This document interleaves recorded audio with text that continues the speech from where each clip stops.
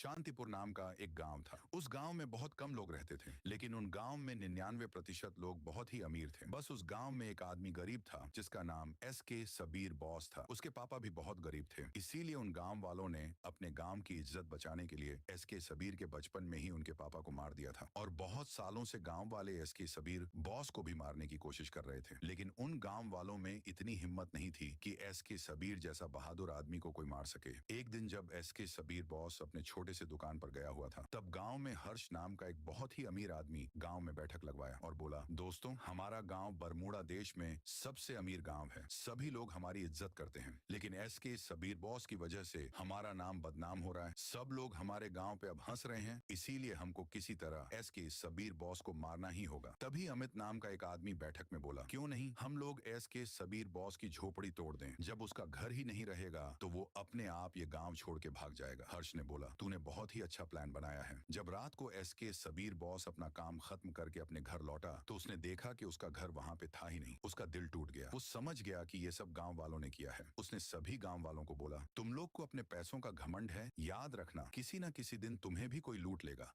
और तुम मजबूर हो जाओगे। इतना कहकर एस.के. सबीर गांव छोड़ के चला गया। बहुत समय बीत गए, गांव वाले अमीर होते गए, लेकिन उनकी अमीरी को किसी की नजर लग गई थी। पवन नाम का एक बहुत ही बड़ा गुंडा को शांतिपुर गांव के बारे में पता चला। उसने तुरंत अपनी गन वगैरह रेडी किया और शांतिपुर पे हमला कर दिया। वहां के सभी लोगों को उसने कैद कर लिया। अपने घरों से सोना, चांदी, हीरे जवाहरात चुरा लिया और पवन ने सभी लोगों को लूट के बोला, तुम लोग अमीर तो बहुत हो, लेकिन इस गांव में कोई असली मर्द नहीं। और सभी गांव वालों पर हंस के चला गया। तब सभी लोग एस.के. सबीर बॉस की बातों को याद करके रोने लगे। इन सभी लोगों ने सोचा कि किसी तरह एस.के. सबीर बॉस हमारे गांव वापस लौटेगा, तभी हमारा गांव सुरक्षित रहेगा। और उसी दिन से सभी गांव वाले एस.के. सबीर की तलाश में निकल गए। क्या एस.के. सबीर गांव में वापस जाएगा? जानने के लिए सब्सक्राइब करके कमेंट में लिख दो, पार्ट 2।